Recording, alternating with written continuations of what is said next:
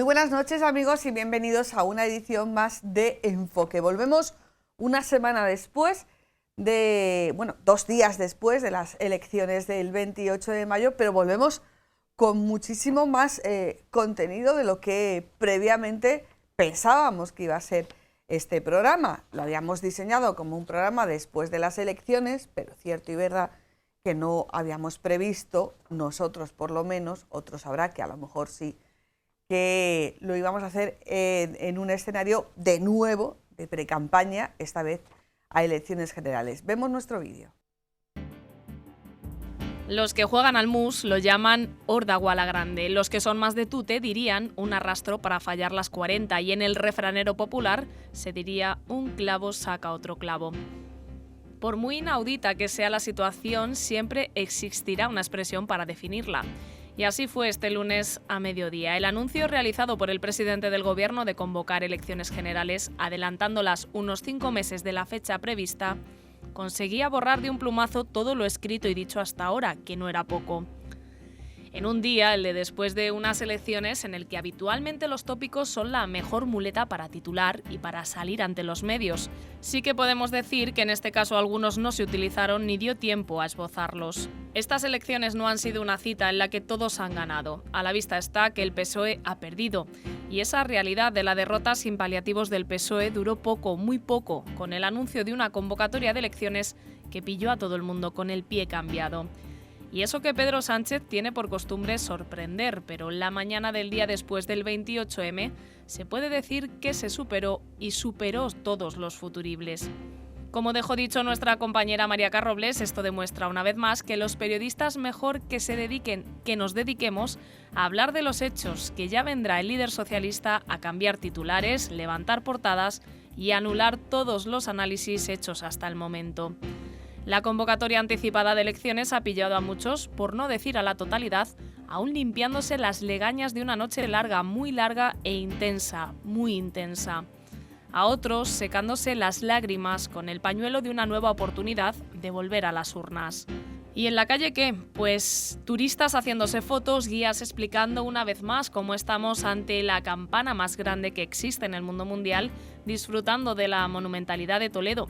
Los toledanos conversando sobre esto y aquello, es decir, sobre las elecciones del domingo y las que vendrán, hablando del tráfico y de los atascos, que son los mismos de la semana pasada, y esperando a ver si llueve o no, que buena falta hace. Esto último absolutamente literal, y en lo figurado ya cayó el domingo por la noche un buen chaparrón en una buena parte de España.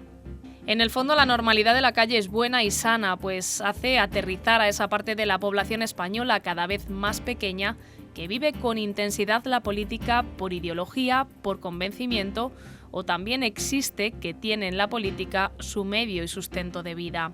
Su preocupación, que es lógica y comprensible en lo individual, se diluye en el día a día con el normal funcionamiento de nuestra sociedad y asume que habrá cambios donde los tenga que haber porque así lo han decidido las urnas y que todo va a seguir funcionando a juicio de cada uno, bien, mal o regular, dentro del devenir habitual de una sociedad plural, madura y que se ha dotado de un sistema democrático que funciona. Habrá que tomarse sus tiempos para valorar el alcance de unos resultados y de unas tendencias de voto que van a pasar por reválida en menos de 2 meses, exactamente en 55 días, y que tendrán elementos comunes a lo vivido este domingo, pero también escenarios diferentes, como por ejemplo la asunción por parte de España de la presidencia de la Unión Europea. Un elemento que necesariamente será utilizado por unos y por otros. Y nosotros, pues como diría un clásico, estaremos aquí para contárselo si Dios quiere.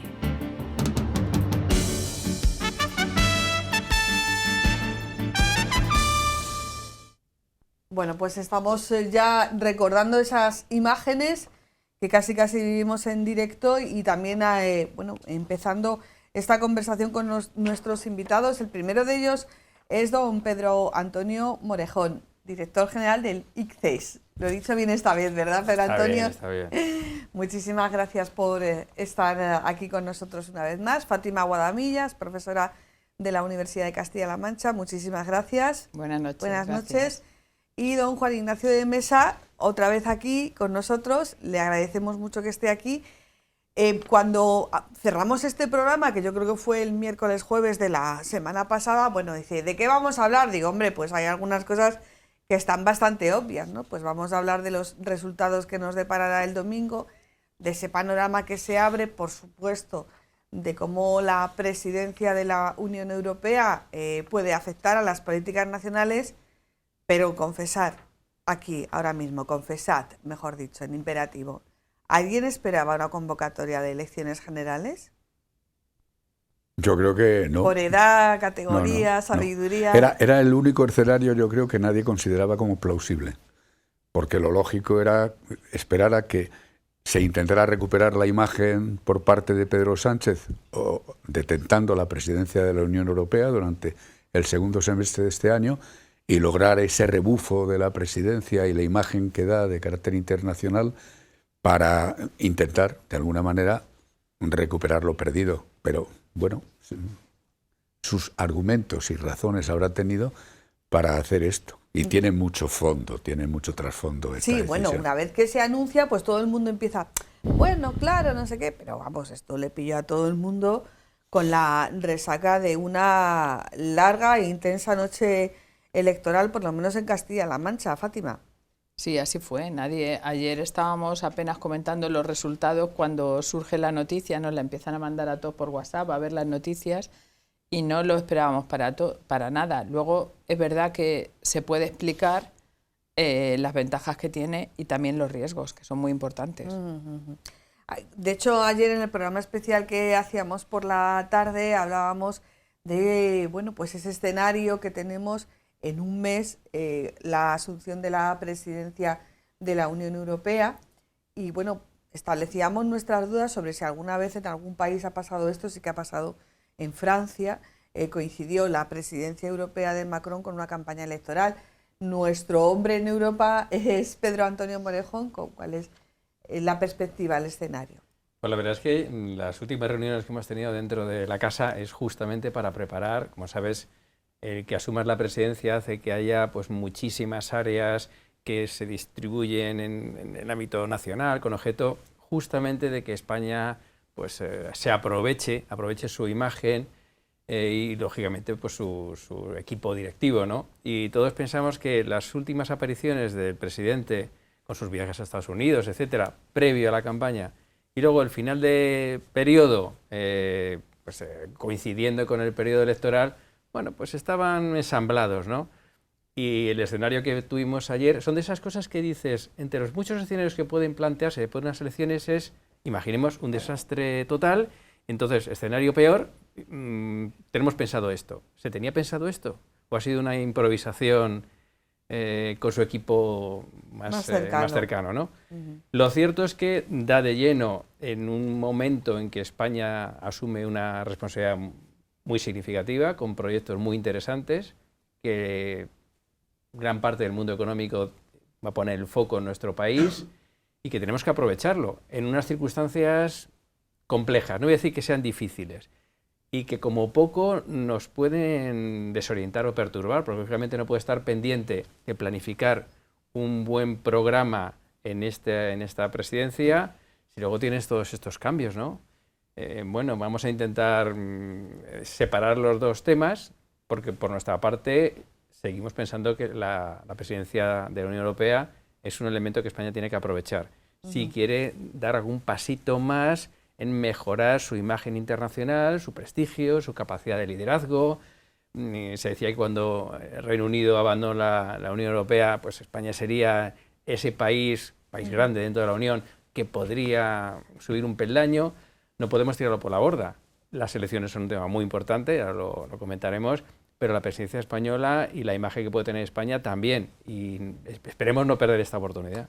Bueno, vamos a hacer un pequeño paréntesis, una pequeña isla, porque obviamente tenemos que hablar de esos resultados electorales, pero sí que luego volveremos a ese foco europeo. Juan Ignacio, hombre curtido en 1000 batallas, que ha pasado alguna que otra noche electoral, a veces como protagonista, siempre como observador, como interesado. ¿Cómo has visto los resultados? ¿Cómo viviste esa jornada electoral? Bueno, en principio yo creo que la tendencia sí se ha cumplido en lo que ha pasado. Se planteó como primarias por parte del PSOE y por parte del Partido Popular, y como primarias han dado este resultado. El voto ha sido positivo para el Partido Popular y ha sido negativo, yo no diría tanto para el PSOE, porque el número de votos tampoco ha sido una debacle tan impresionante, pero sí ha sido significativo porque ha sido un voto contra Pedro Sánchez. O sea, yo creo que ahí el presidente ha resultado ser el responsable en la sombra de los malos resultados de muchos buenos candidatos que el PSOE podía tener en muchos municipios y que la gente a la hora de poner el voto ha visto la sombra del inquilino de la Moncloa detrás y eso le ha hecho cambiar de intención. Por lo tanto, como primarias, el mensaje está claro. O sea, no se le da el aprobado a Pedro Sánchez y no se nos olvide, en las últimas 5 elecciones que ha habido, en donde ha habido una escasa distancia entre elecciones municipales y autonómicas y elecciones generales, quien gana en las municipales gana en las generales. Y con el flujo que en este momento se ha manifestado, todo apunta a que eso se puede volver a repetir. Entonces, hablaremos de ello. La decisión que ha adoptado Pedro Sánchez podrá tener muchas explicaciones, pero yo creo que ha sido, como en el rugby, una patada a seguir para ver si con un poquito de suerte divide a la defensa y a la delantera del equipo contrario y consigue llegar a hacer un ensayo. Pero yo lo veo complicado, lo veo difícil. Pero es que las carambolas no siempre salen. ¿Es injusto que se tenga la referencia de Pedro Sánchez a la hora de votar a candidatos a alcaldías o a las elecciones autonómicas? Puede ser injusto para los candidatos, para buenos candidatos o candidatas que han perdido su alcaldía o a lo mejor la comunidad autónoma, pero es lógico. Es lógico que el estar en un partido, para lo bueno y para lo malo, pues te pase. También habrá candidatos en este momento, cuando viene una ola del PP, que se beneficien un poco de esa ola y no sean tan buenos candidatos. Es inevitable, quiero decir, las elecciones son así y en España no tenemos listas abiertas. Son listas cerradas que hace el partido y que lo que haga el partido determina mucho. También hay que decir una cosa, la ola, el tsunami puede ser muy grande porque en algunos pueblos y en algunas ciudades, a pesar de todo, hay gente que ha votado la gestión de un alcalde, de un buen alcalde, etcétera, que sea del PSOE. Quiero decir, cuando lleguen las elecciones generales, ya ese freno no lo van a tener. O sea que la ola puede ser tremenda. Y si a la izquierda no hay donde pactar, porque no sé cómo les va a dar tiempo a reorganizarse, ni quién va a ser ahí en la cabeza quién va a ser ahí el líder, quién se va a presentar. Entonces, pues la situación es muy difícil, porque la apuesta parece ser que es asumir todo el voto también que está a la izquierda, asumir todo ese voto, pero es una apuesta muy arriesgada. De hecho, se ha demostrado que tener otro partido con el que pactar permite otro partido más más extremo con el que pactar, pues da mejores resultados. Entonces, es lamentable que el partido o el presidente de la nación afecte a los resultados de un buen alcalde, de un buen presidente de una comunidad autónoma. Pues yo creo que eso es esperado, como ocurre al revés también. Sí, claro, también es verdad que habrá muchos candidatos del PP que se han beneficiado de esa ola que favorece al PP y de tener a su derecha a otro partido como es Vox, que sí que se puede decir, por lo menos, no ya tanto en Madrid y en Andalucía, en el que parece que han tocado techo, pero en otras comunidades autónomas como Castilla-La Mancha, donde han obtenido un resultado muy, muy, muy mejorado con respecto a las últimas elecciones. ¿Esto es tendencia o es coyuntural? Juan Ignacio. Yo creo que marca tendencia. O sea, la sociedad, por culpa de unos y de otros, o por culpa de todos, la sociedad española se ha radicalizado y creo que eso es malo, muy malo. Aquí estamos recuperando algo que creíamos que habíamos en cierto modo superado, que era aquel concepto de las dos Españas, ¿no? Las izquierdas y las derechas, como si fueran dos frentes en trinchera, en donde cada uno está situado defendiendo sus posiciones y todo lo mío es bueno y todo lo de enfrente es malo, es el enemigo. Yo creo que esa postura, que yo creo que es negativa totalmente para la convivencia, se ha potenciado mucho en los últimos años. Y como se ha potenciado mucho, pues eso da hálito, da influencia a los partidos extremos. no tanto a lo mejor a la extrema izquierda, porque se ha convertido en demasiado grupúsculo. O sea, yo creo que la oportunidad que tenía esa extrema izquierda con lo que pudo tener de ilusión el movimiento del 15M, porque era algo, un mensaje de esperanza, y que pelota a pelota se lo han cargado, pero ellos solitos, o sea, ahí no les ha ayudado absolutamente nadie para ellos solo cargarse esa opción, hace que no haya tanta extrema izquierda, pero sí hay grupúsculos, hay grupúsculos. Uno de los daños mayores también que ha habido de imagen para Pedro Sánchez y el Partido Socialista ha sido sus acuerdos con Bildu. Ya, pero Bildu ha subido, ¿eh? Claro, la ha blanqueado. Y como la ha blanqueado, es una opción. Y no se nos olvide una cosa. ¿Qué va a hacer el Partido Socialista de Euskadi cuando tenga que votar en el Ayuntamiento de Vitoria? Porque no se nos olvide, la lista más votada resulta que es Bildu. ¿Se va a abstener o va a apoyar el Partido Socialista? ¿Qué va a pasar en Pamplona? La lista más votada en Pamplona es Unión del Pueblo Navarro, pero Bildu se ha quedado en segunda posición de salida. Para que no sea alcalde el de Unión del Pueblo Navarro, el Partido Socialista va a apoyar al candidato de Bildu. Es meter la mano en la cazuela, ¿eh? Que es que eso le ha costado mucho al Partido Socialista en el resto de España. ¿Qué decisiones va a adoptar? Y los ayuntamientos se constituyen el 17-18 del mes de 17 junio. de junio, por lo menos aquí en Castilla-La Mancha. Claro, con lo cual ahí no cabe decir como en las comunidades autónomas que se puede negociar y se puede postergar el tipo de acuerdos al que puedan llegar unos y otros. No, en los ayuntamientos está claro. La ley lo dice clarísimo. El candidato que obtenga mayoría absoluta en primera votación es el alcalde. Y si no hay mayoría absoluta en primera votación, será el alcalde el que encabece la lista más votada. Ahí hay que mojarse. Ahí no cabe el esperar de qué manera intento yo excluir a unos o a otros de un intento de coalición. ¿Se puede lograr el voto sin ningún acuerdo de coalición? Porque sea magnánimo uno u otro grupo.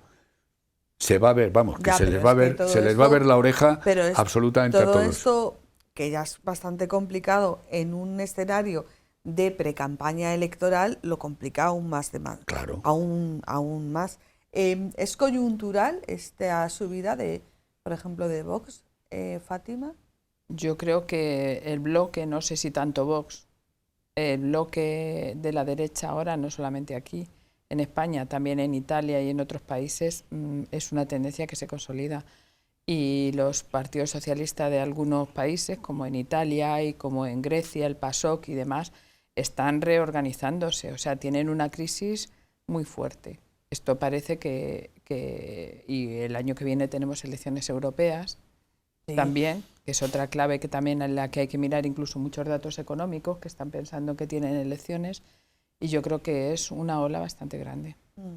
Efectivamente, Fátima. Pedro Antonio, ¿Europa mira mucho los resultados de unas elecciones como las del domingo en España? Pero vamos a ver, la política y la economía se ensamblan en la persona, en el ciudadano, en cualquiera de nosotros. Y ahora mismo Europa lo que tiene entre ceja y ceja es que hay que empezar a revertir esa estrategia de gasto fácil, de endeudamiento masivo. El COVID fue el COVID-19. Es que, claro, van pasando los años y ya no fue ayer ni antes de ayer, ya van pasando, vamos por el tercer año.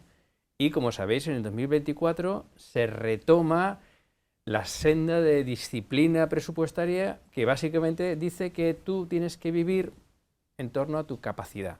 Y por tanto tu nivel de endeudamiento, de déficit, no puede ser superior a... Ahora mismo en España, esos datos económicos de déficit y sobre todo de endeudamiento son exponenciales. Es decir, estamos por encima del 110-115% de endeudamiento y con un déficit que a lo mejor se cumplen las previsiones, pero seguramente estaremos por encima del 3%. Es decir, Europa le mira a España como un país necesitado, gran gastador, que va a examinarnos sobre la eficacia de estos fondos que están llegando y que al fin y al postre el ciudadano empieza a valorar eso de la capacidad de gestión. Yo creo que un elemento que no se ha tenido en consideración es que al final las madres, nuestros familiares, nosotros mismos, la parte económica o política que vemos es cuando vamos al mercado, cuando vemos los servicios que nos presta el ámbito público, la sanidad, todas esas cosas que son poco glamurosas. Eso no es economía sostenible, no es digitalización, no es un coche eléctrico, eso queda un poco lejos del ciudadano. Yo creo que el ciudadano ha empezado, y este es un ejemplo, a darle bastante más importancia de lo que el político piensa a sencillamente gestionar los recursos. Todos hemos visto todas nuestras aceras levantadas estos meses. ¿Eso cuánto vale? ¿Cuánto vale que tú pongas un solado nuevo en tu cuarto de baño? Y dirás que me vale muchísimo, de hecho me lo voy a pensar 2 veces. Y cuando es en la calle no vale nada. El ciudadano empieza a pensar que sí que vale. Estamos en periodo de renta, con lo cual tenemos la foto de lo que el Estado nos pide, vamos a pensar lo que es así, para todo eso. Conclusión. Yo creo que el peso en estas elecciones, y que a Europa le importa mucho, es cómo se gestionan los recursos. Ahora mismo en nuestra mochila tenemos una deuda récord. Algún político pensaba que no, pero la deuda hay que pagarla. Tú fíjate cómo está la letra del Tesoro. Ya mi madre me dice que, pero Antonio, ¿te acuerdas de las letras? Eso significa que ese 3% y pico que da el Estado, ningún banco te lo da. Y por tanto el Estado va a empezar a necesitar dinero a costa de que el ámbito privado no va a disponerlo de manera tan fácil. Esto parece un poco complicado, pero verá, mi madre lo entiende. Esto, hijo, alguien lo pagará. Bueno, pues ese alguien lo pagará, yo creo que ha aparecido en el ámbito político. Y yo creo que el ciudadano ahora mismo está dando cada vez más valor a cómo se gestionan las cosas. A todos nos agrada que nos regalen o nos abaraten ir al cine. ¿Pero esa es tu prioridad? Yo creo que esto, que es mera economía, ha aparecido en el ámbito político. Y de pronto, pues el político se ha encontrado con que ese comprar el voto del ciudadano, no sé si es tan así, ¿no? Pero bueno, así lo entendemos. No es tan fácil, porque el ciudadano piensa esto cómo se va a pagar. Sobre todo cuando ves que cada vez te cuesta más dinero. Y venimos de una crisis muy importante. No venimos de un momento de bonanza, no, venimos de una crisis con empresas que han quebrado, con muchísima gente que ha salido del mercado laboral y ahora empieza con dificultades a entrar. El ciudadano es bastante más serio. De hecho, y Fátima también lo conoce, y con esto no me enrollo más, en economía hay un término muy divertido, se llama expectativas racionales. Lo aclaro rápidamente. El ciudadano aprende. No hace falta que sepa mucho. Le puedes engañar, entre comillas, una vez, quizá 2 veces. Luego dice, esto no me lo creo. Bueno, pues en ese momento de mayor pragmatismo, de mayor necesidad de gestión, bueno, pues a veces el político se encuentra con que lo que está ofreciendo no lo quiere el ciudadano. Y de pronto opta por otras cosas. Y por eso de pronto las encuestas no encajan o los resultados que se preveían pues son mucho peores de lo previsto. Uh-huh. Y Eso si tiene una... Sí, termina. No, y si encima tenemos un segundo parcial o una segunda parte Una del partido revalida. Inmediatamente después, pues yo creo honestamente que no va a cambiar en demasía los resultados. Es más, a lo mejor nos acercamos más a quien es más pragmático y ha sido capaz de transmitir que lo va a gestionar mejor. Y ahí dejo la pregunta en el aire.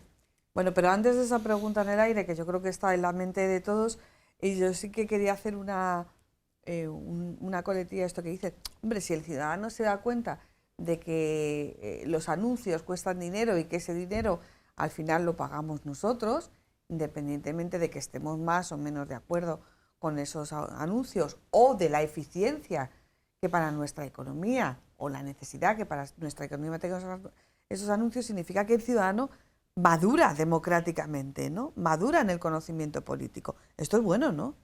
Es bueno, pero no es bueno que aprenda de esta manera. Es que Ya, con palo y golpes. zanahoria, ¿no? Claro, o sea, que el ciudadano tiene que saber y tiene que ser consciente de que la renta disponible en una familia, que trabajen los dos, que trabaje la pareja, resulta que tú te encuentras que de lo que cuesta su puesto de trabajo a lo que él percibe neto, líquido, hay una diferencia que en muchos casos supera el 40-45%.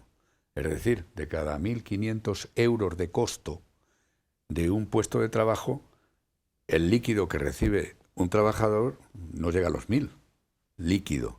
Entonces, claro, está pagando. Que luego le digan lo que tú comentabas, que al que tenga más de 65 años le va a costar ir al cine los martes 2 euros. O que le regalen a los que cumplen 18 años un cheque regalo para que se pueda comprar un un juego para la PlayStation. Mira, También para ir a los museos, hombre. bueno, mira, Están vamos, O para ir a los museos. toros. vamos a ser realistas, por Dios. Están llenos O de sea, adolescentes los Vamos a ver, museos. yo creo que hay que ser conscientes de que es mucho mejor que ese dinero se destine a educación. Es decir, que estén mejor dotados los centros de enseñanza, que estén mejor retribuidos los profesores, igual que los médicos, que la sanidad esté priorizándose respecto a otro tipo de gastos que no tienen ningún sentido, que si queremos mantener el estado del bienestar, seamos conscientes, los números cantan, la sanidad mal gestionada se carga el estado de bienestar, porque crece exponencialmente la demanda y no hay forma de poderla atender. Entonces, que me venga un gestor de dinero público dilapidando el dinero y no atendiendo las necesidades primarias del ciudadano, me parece que a ese gestor hay que ponerle de patitas en la calle. Y de eso empieza a ser consciente la gente, pero claro, es consciente cuando le dan 4 meses de plazo de espera para atenderle en una especialidad, cuando tiene problemas de ingreso en urgencias porque le mantienen 24 horas en una camilla hasta que sube a planta. Y claro, yo creo que eso es dramático, por Dios, tendría que ser de sentido común. Y eso se reconvierte en la obligatoriedad de tener pactos de Estado. Eso no es de izquierdas y de derechas, eso es de pactos de Estado, en que todos tenemos que estar de acuerdo en que eso es lo prioritario en el gasto público. Y como aquí hemos resucitado las trincheras, pues entonces resulta que el PSOE no quiere pactar con el PP no quiere pactar con el PSOE y luego nos echamos las manos a la cabeza porque se pacte con los extremos. Por Dios, vamos a ser Claro, porque capaces. cuando se ha limitado ese pacto entre los dos grandes partidos, el pacto se reduce a un bloque u otro bloque, que unas veces se da y otras veces no se da. La izquierda pacta con su izquierda y la derecha pacta con su derecha. Y entonces ahí, bueno, pues se dan diferentes situaciones. Pero vamos a retomar la pregunta de Pedro Antonio Morejón, que ha dejado en el aire. Entonces, si el ciudadano madura democrática, política y económicamente y busca una gestión eficaz, una gestión pragmática, utilizando creo que la expresión que tú has señalado, ¿significa que el PP le va a tocar otra vez enderezar este país? Bueno, tú ya sabes que en economía existen los ciclos.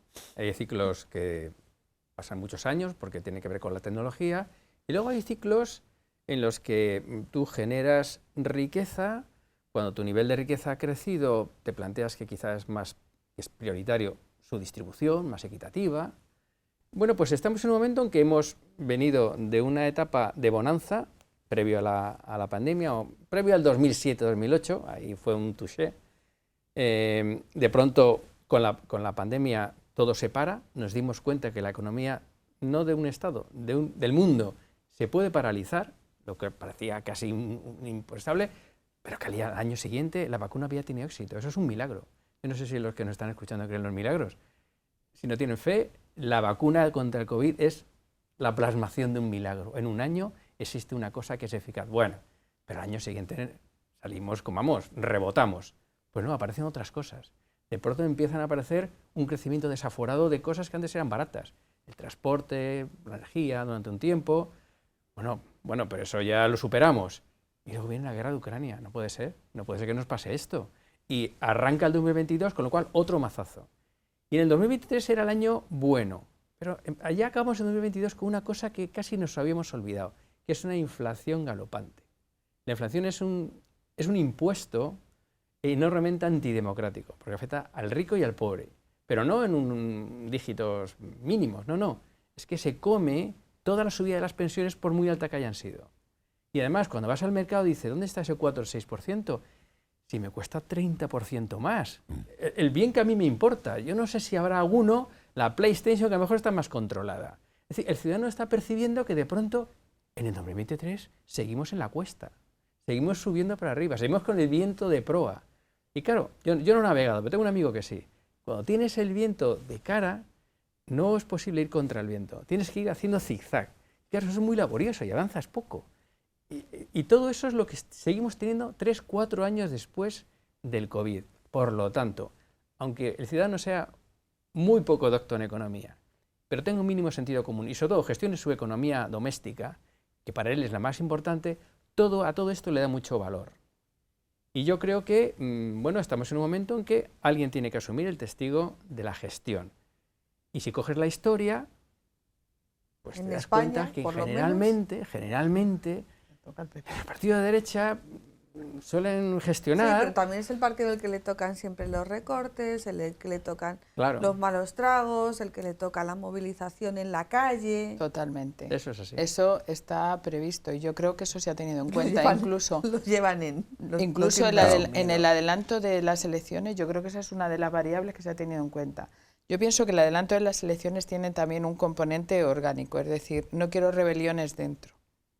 Y eso es muy difícil que no tuviera rebeliones dentro con los resultados actuales, porque como decíamos antes, habrá pagado alguien, o sea, buenos alcaldes o buenos presidentes que lo hayan pagado. Entonces las rebeliones dentro se evitan así. Ya no hay tiempo para rebeliones. Pero que después le toca al próximo gobierno gestionar esto, seguro. Va a entrar con la inflación alta, con los tipos de interés altos, que van a ralentizar un poco el mercado inmobiliario, va a entrar con probablemente un clima social que ya se van a ocupar de agitar la calle, como suelen decir. No sé si será el verano caliente, o sea, el otoño, la primavera caliente, pero se va a agitar la calle con el paro que tenemos, que seguimos en el 13%, por mucho que maquillémoslo, seguimos teniendo un paro del 13%, y eso lo va a tener que gestionar. Y una opción o una esperanza era que Bruselas se hubiera puesto un poco más seria con el control de la deuda, que explicaba Pedro, y con el control también de la justificación de que estamos haciendo con los fondos europeos. Pero Bruselas no lo ha hecho. Ha dicho, bueno, vais quitando las ayudas del combustible, pero en realidad es lo único que ha exigido, porque Bruselas tiene pero elecciones... que ha anunciado que para el 2024 se cierra el grifo. Después de sus elecciones, ¿no? Bueno, claro, porque también, Ursula von der Leyen también quiere repetir y no parece que estén muy dispuestos a asumir ahora, porque de los fondos de los Next Generation se hablaba al principio que va a haber un control férreo por parte de Bruselas de unos países a otros, o sea que fondos, pero que se tiene tal. Y ahora, eso no ha existido, no ha existido. Vino la comisaria alemana esta que vino y dijo dónde están los fondos que habéis hecho con los 44.000 millones, que no sé qué, y ahí se ha quedado. Entonces eso no va a ocurrir en los próximos meses, en ese caso no va a ayudar, tienen que hacer cuentas los que vengan y sí, recortes probablemente. Me da la sensación que esto no son futuribles, como hablábamos en nuestro vídeo, sino que esto sí que es certeza, porque tenemos experiencia. Por aquí ya hemos pasado, ¿verdad? Sí. Juan Ignacio. Sí, lo que y por dice... aquí ya han pasado Esa lo que les va a tocar película pasar. la hemos visto ya. Las películas de los ciclos económicos, eso, bueno, cualquiera, por mínimo que esté leído, si ha tratado de algo de economía, ya lo dijo la señora Matthews en su libro Los ciclos de la teoría económicos de la economía, en los años, me parece que fue en el año 53, y las cosas no han cambiado tanto. Es decir, que hace un siglo ya se nos advirtió de esto, de que efectivamente los ciclos no mantienen permanentemente una constante al alza. O sea, hay momentos en que eso cae, que se produce, una vez que han conseguido superar el repecho, empieza la cuesta abajo, y eso va a ser siempre en toda economía, en toda situación y con todo tipo de gestiones, quieras o no, porque es el modelo, nos guste o no, es el modelo que hay. Y entonces vamos a entrar otra vez en una situación en donde a ver quién es el guapo, gane quien gane las próximas elecciones, que se enfrenta a un escenario en donde le va a decir Europa que lo del déficit por encima de un determinado dígito no va a poder ser posible, que va a tener que recortar obligatoriamente gastos, que como suben los tipos de interés, el pago de la deuda se va a llevar la parte del león de los presupuestos generales del Estado, que van a aparecer, porque siempre aparecen. Cuando hay cambios de corporación, en algunos ayuntamientos ha habido una determinada alegría en el proceso electoral. Entonces van a aparecer facturas en los cajones que no se han consignado y no tenían capacidad para el pago porque no figuraba partida en el presupuesto. Y lo van a tener que pagar. Y claro, para pagar eso van a tener que dejar de pagar otras cosas, con lo cual la liquidación del presupuesto del año 2023 va a ser un poco atípico. Y es economía, y todo es economía. Y entonces este tipo de cosas, la sensatez de la gente, hay que volverles a contar lo de siempre. No reciba usted con alegría nada que le prometan, porque lo que le van a dar no es gratis. Ojo, ¿eh? A mí me decía un buen amigo, Dice, si en un momento determinado te están dando un regalo, ojo, porque lo que estás dando a cambio es tu voluntad.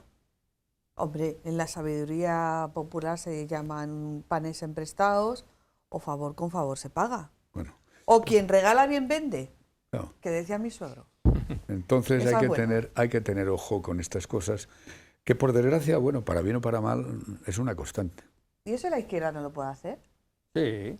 Mira, yo Es pertenezco... una cuestión de voluntad, quizás. No, la verdad es que, mira, yo soy un funcionario, trabajo en el Ministerio de Economía o de Industria, y dentro del Cuerpo de Técnicos Comerciales y el Ministerio de Estado tenemos compañeros de todo tipo, de izquierda, de derecha. El premio que le dimos estas Navidades fue a Ramón Tamames, que es un personaje muy querido por todos nosotros. Es decir, Es un ¿tú encuentras- personaje de... Es un No, personaje. es un personaje libre, Es libre, alma sí. libre. Es decir, tú tienes gente muy preparada en todos los espectros. Lo que pasa es que a veces te sorprende por qué al frente de un gabinete, de un ministerio, de una unidad ejecutiva, no han elegido a alguien mínimamente preparado. Como ciudadano lo confieso. Tanto si fueran unos como otros, porque los he vivido. Hemos vivido malas elecciones de personal al que le dan el volante. Pero hay gente muy preparada en el ámbito de la izquierda y de la derecha. Y la historia está llena de gente que ha sido muy capaz, y todos, unos bastantes años antes, hemos visto cómo grandes dirigentes de izquierda han conseguido que España tenga un nivel democrático importantísimo y se han puesto de acuerdo. Fueron capaces de hablar entre ellos. Debería ser más fácil hablar entre los que están próximos en el centro que no de los que tienen que hablar hacia los extremos, que además te separa de este... Pero ¿por qué esto es tan imposible? ¿Por qué no en algunos temas no hay un marco de diálogo que aceptemos todos? Sí que hay gente muy preparada. Y yo creo que uno de los elementos que tampoco hemos comentado, pero que lo tenemos todos en mente, es que en la clase política, sobre todo la clase política dirigente, ha empezado a aparecer la enfermedad de la mediocridad como una cosa muy normal, y que para hacer cualquier cosa en la vida tú tienes que demostrar tu capacidad y tu preparación. Pero nosotros encontramos gente que de verdad no contrataríamos en nuestra casa para nada. Y sin embargo les tenemos gestionando muchísimos recursos que además son nuestros, no son suyos. Todo eso el ciudadano de verdad lo entiende. Y no hace falta ser un docto económico, lo entiende. Y ahora mismo pues llega el momento de plasmar tu voto, y como el voto lo tiene lo mismo, el alto que el bajo, el listo que el... pues ese voto Bueno, en ese no mercado se discute. no se discute, pero lo emplea con su buen saber y entender. Y a veces ese señor sorprende, o esa señora sorprende, porque da mucho más peso a lo que entiende, a lo sencillo, a su día a día, y no a cosas que no entiende. Aunque sean un aparente regalo que inicialmente te puede gustar, pero luego dices eso, ¿y quién va a pagar eso? Entonces, estamos en un momento especialmente complicado, tenemos dos partes del partido muy consecutivas.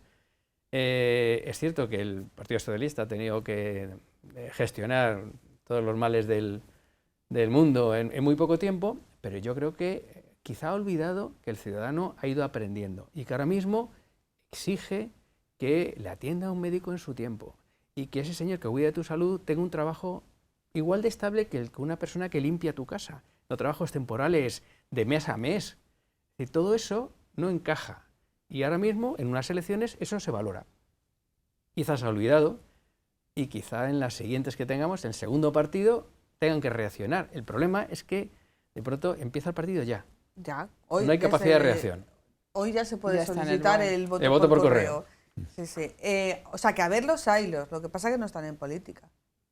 ¿El qué? Las Gente gente personas competente. preparadas. Claro, pero bueno, si ahí además están los organismos para seguirlos, ahí está la AIREF. La AIREF ha dicho claramente lo que le pasa en la economía, cómo se recorta la inflación, qué va a pasar con los tipos de interés, ahí está. Y el anterior presidente de la AIREF era el ministro actual de Seguridad Social, o sea, que sabe perfectamente lo que hay que hacer. Es una cuestión de voluntad. Es una cuestión de voluntad y de pensar que todo tiene que consistir en una expansión del gasto. O sea, es una cuestión ideológica también. O sea, todas las crisis tienen que resolverse aumentando el gasto. Pues no, llega un momento en que si los ingresos no lo soportan, no se puede seguir aumentando el gasto. Pero yo creo que todo no es cuestión de economía. Hay leyes muy de extrema izquierda que ha aprobado este gobierno que la gente no las quiere y mucha gente también vota por eso. Quiero decir, la economía nos importa, evidentemente, y nos afecta a la vida de todos, y el tener un empleo y pagar impuestos y todo nos afecta, pero aquí ha habido ya leyes terribles desde el punto de vista, pues dos o tres leyes que ya mucha gente no quiere, o sea, quiere que se cambien y que el que venga las cambie. Eso también yo creo que pesa en la voluntad de la gente. Y las que se han quedado ahí ya durmiendo el sueño de los justos, porque, claro, al disolverse Cortes y convocarse elecciones, pues se quedan ahí unas cuantas leyes con un marcado carácter ideológico que han generado un montón de polémicas, de problemas, un gran desgaste, y que al final se van a quedar en nada porque no sabemos si el próximo gobierno las retomará o no retomará. Es una especie de en ocasiones a mí me da la sensación de que estamos en una especie de teatralización de la política, que el ciudadano entra demasiado fácil, o sea, como que no tiene distancia, perspectiva para decir, bueno, vamos a ver en qué queda todo esto, ¿no? Como que están las emociones o la provocación demasiado a flor de piel. Tendríamos que tomarnos las cosas con más tranquilidad, ¿no, Juan Ignacio? Sí, pero bueno, sobre lo del tema de la mediocridad en la clase política. Puede haber un político mediocre, pero si tiene sentido común, lo que debe de hacer el político mediocre es dejar que trabajen los funcionarios, que es una cosa tan simple y elemental. O rodearse de un buen equipo. O rodearse del mejor equipo. Hay un dato curiosísimo. Para los Estados Unidos, popularmente, el mejor presidente de la segunda mitad del siglo XX se llamaba Ronald Reagan. Sí. Ronald Reagan era actor. Era actor. Era un señor que todo el mundo decía, bueno, este señor ha llegado a presidente de Estados Unidos. Ni él podía soñar en llegar a más, ni la presidencia de Estados Unidos a menos. ¿Qué hizo este señor? Se reunió de los mejores. Se reunió con Kissinger, se reunió con McNamara. Eligió a los mejores que en ese momento podían hacer que el equipo de gobierno fuera bueno. ¿Qué sucedió? Que a lo mejor, dejando que trabajen los mejores, consigues que hagas una mejor política. Y eso fue lo bueno. ¿Y eso no te hace sombra? Y no te hacen sombra. Bueno, aquí tuvimos a José Barea. Claro. José Barea era, en la época de Aznar, el que dijo hay que hacer esto, esto y esto, y que no me discuta ni Rato, que estaba entonces, claro, ni Cascos, ni nadie. Como no hagamos esto, no entramos en la Unión Europea. Y se hizo. Claro. Y entramos en la Unión Europea. ¿Y no hizo sombra? O sea, en la Unión Europea, en el euro, en ese caso, euro, que no llegábamos a los niveles de déficit y demás. O la gente que fue capaz de hacer los pactos de la Moncloa, que tú te pones a mirar. Pero ahí los había más señores gente que estaban brillante. allí sentados. Claro, había más gente brillante. Había muchísima gente que llegaron a los pactos de la aquello. Moncloa. Y ahora, en cambio, tú te encuentras... Claro, vamos a ver. Hemos entrado en una dinámica que se marca en un momento que para mí tiene una frase espectacular. Por lo mal que se hizo uso de esa frase. La dijo el señor Zapatero cuando era presidente de gobierno. Dijo, en España cualquiera puede ser presidente de gobierno. Y eso tiene una carga de profundidad negativa brutal. Cualquiera no puede ser presidente de gobierno. Hay que tener un mínimo de sentido común y hay que tener un mínimo de capacidad para saber dejar trabajar a aquel que más sepa para poder hacer las cosas. Y luego, hablando del tema del control del gasto, en España está constatado, y además constatado, la IREF lo indica y lo indican otra serie de fuentes de información. En los presupuestos generales del Estado hay del orden de 45 a 50.000 millones de euros que se gastan sin contrapartida de servicio alguno al ciudadano. Es decir, si vamos a un presupuesto de control de gasto, se podrían eliminar 50.000 millones de gasto de los presupuestos generales y no pasaría absolutamente nada. No lo notaría el ciudadano. Lo que habría que hacer es esos 50.000, destinarlos a lo que el ciudadano sí nota, destinarlos a educación, destinarlos a sanidad, destinarlos a justicia. Y todo eso implicaría un mejor servicio para que todo el mundo dijera, hombre, pues esta gente me lo está gestionando bien. No mete mano nadie a esa partida, nadie. Bueno, vamos a ver, alguien se beneficiará de esos 50.000 millones. ¿Y? Empresas, ¿Y? proyectos... No, perdón. No estoy hablando ni siquiera de que sean partidas presupuestarias que vayan camino de subvención a algo productivo. No. No vale para nada. Lo que se gasta no vale, no genera nada. Y entonces eso es lo que hay que valorar. ¿Qué tiene que ser prioritario? Que haya una buena sanidad pública o que montemos una carrera de clientelismo a través de dinero que aporta el Estado. Pues, hombre, yo sinceramente a lo mejor es por la edad, pero desde luego yo prefiero que haya una buena sanidad pública, ¿no? Aunque a mí ya no me va a tocar, pero desde luego prefiero que haya una muy buena educación. En eso es en lo que tiene que tener prioridad el gestor del dinero público, y eso es lo que tiene que exigir el ciudadano. Porque además, el mejor ascensor social que hay para todo el mundo, lo que puede igualar a la próxima generación, es que tenga acceso a una buena educación. Eso es lo mejor. Pero bueno, si no queremos, porque esto es responsabilidad de otros.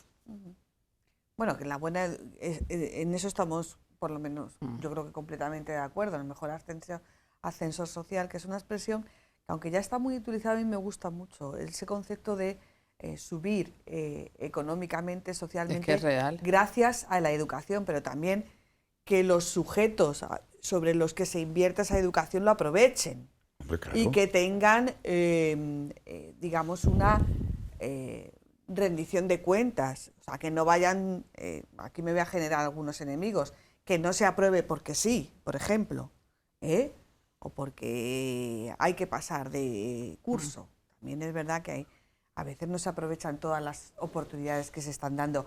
Nos quedan 3 minutos y estoy haciéndome un cálculo mental de calendario de programación de Enfoque y nos queda solamente el mes de junio. O sea que... vas a tener que ampliar.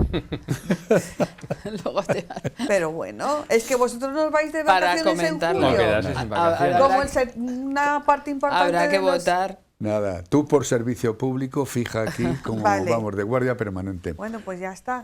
Si lo decís vosotros, pues tendrá que ser así. La presidencia europea. Además, Toledo va a tener algunos hitos importantes en ese semestre. Vamos a confiar en ello, ¿no? Vamos a ponerle atención, porque parece que las cosas de Europa como que se nos... Está muy bien que nos den dinero, pero que luego como que no le ponemos mucha atención. Pero Antonio, vamos a No, convencernos Europa más. es muy importante. Yo creo que al final el ciudadano no es consciente de la cantidad de que junto con los miembros de la Unión Europea España tiene mucha más fuerza. Si no, no seríamos nada. Ya Europa no es mucho. Sí, Pero ha todos perdido juntos enteros. podemos recuperar un cierto protagonismo y en esto las distintas presidencias pretenden irlo mejorando. Tenemos que conseguir ser más autónomos, no depender tantísimo en temas estratégicos. Como Europa, no como Como país. Europa, no, como Europa. Como Europa. Y saber que si Europa quiere ser algo más que un parque temático en el futuro, o el gran consumidor del mundo, pues tiene que empezar a posicionarse mejor y separarse o independizarse un poquito más pues, del petróleo que viene del sur, del gas que viene del norte, de la tecnología norteamericana o asiática. Y eso nos va a costar mucho dinero y mucho esfuerzo. Mucho dinero, es que al final todo esto hay que pagarlo. Y mi punto de fe no radica en quien toma las decisiones, radica en nosotros. Mira, yo trabajo con empresas y la verdad es que tenemos grandísimas empresas que han sabido arriesgarse en mercados complicadísimos, distantes, incluso en el ámbito público. Yo conozco muchísimos compañeros que son realmente muy buenos trabajando y la empresa lo valora. Yo creo que al final el ciudadano, el ladrillo es muy bueno, hay que saber construir un buen edificio. Pero yo creo que España cuenta con muy buenas empresas, con muy buenos ciudadanos, con gente muy preparada, y que ese es mi punto de confianza en el futuro. Y como somos indestructibles, porque llevamos 500 años intentando autodestruirnos y no lo conseguimos, pues seguiremos avanzando, ¿no? Vamos a pensar que el futuro pueda ser bueno, porque nosotros y cada uno de nosotros nos dediquemos a hacer bien nuestro trabajo. Bueno, yo creo que es un buen remate, ¿no, Fátima? Sí, totalmente de acuerdo. Y si ya hay un gobierno que favorece eso y lo acompaña, es decir, un gobierno que está a la altura de los ciudadanos y de los retos que hay planteados, pues será lo bueno que saquemos de este adelanto electoral y de estar en julio votando. Estar en julio. Yo totalmente de acuerdo, vamos. O sea, yo ¿Alguno creo... va a ejercer el voto por correo, a pedir el voto por correo? Voy a intentarlo. Yo en principio no. Yo en Estaría principio aquí. quiero ir a votar personalmente, Sí. si puedo. Bueno, a mí, a pesar de lo que penséis, Ahora, quien le toque toca mesa, espero que inviertan en unos ventiladores porque los colegios no tienen Uf.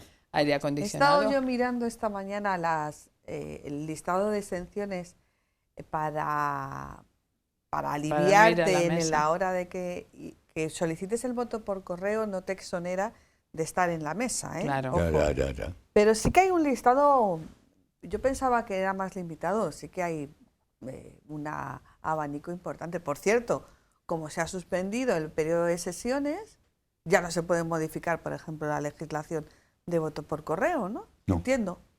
No. Eso No, para la próxima. y se queda mucho proyecto que ya estaba semiaprobado y sobre todo mucho decreto. No se nos olvide, este gobierno... ¿Y ahora volvemos otra vez a gobernar por decreto ley de aquí a julio? No se puede. Este gobierno es el gobierno que más decretos leyes ha utilizado como marco normativo en toda la historia de la democracia española. Es decir, que cuando hablamos de democracia participativa y de independencia de poderes, vamos, al poder legislativo se le han pasado por el arco de triunfo, igual que al poder judicial. El decreto ley ha sido la herramienta, una cosa increíble, inconcebible. Decretos leyes que luego están obligados a pasar por Congreso, pero que con este parón no pueden, pero siguen en vigor. No, perdona, sí, no. Si no es ratificado el proyecto, ahí está en el limbo. En el limbo. En el limbo, esperando. Bueno, pues va a haber sobreocupación en el limbo, sí, me sí. parece a mí. Pues muchísimas gracias a los tres. Bueno, tendré que mirar a ver cómo programamos de cara al mes de julio, pero lo que sí sabemos en esta casa es que siempre contamos con vuestra presencia y colaboración, cosa que os agradecemos mucho, sea invierno, verano, a 40 grados o con una dana, como casi estamos hoy. Muchísimas gracias a los tres, buenas noches, y a todos ustedes, amigos. Volvemos la semana que viene con más enfoque. Buenas noches.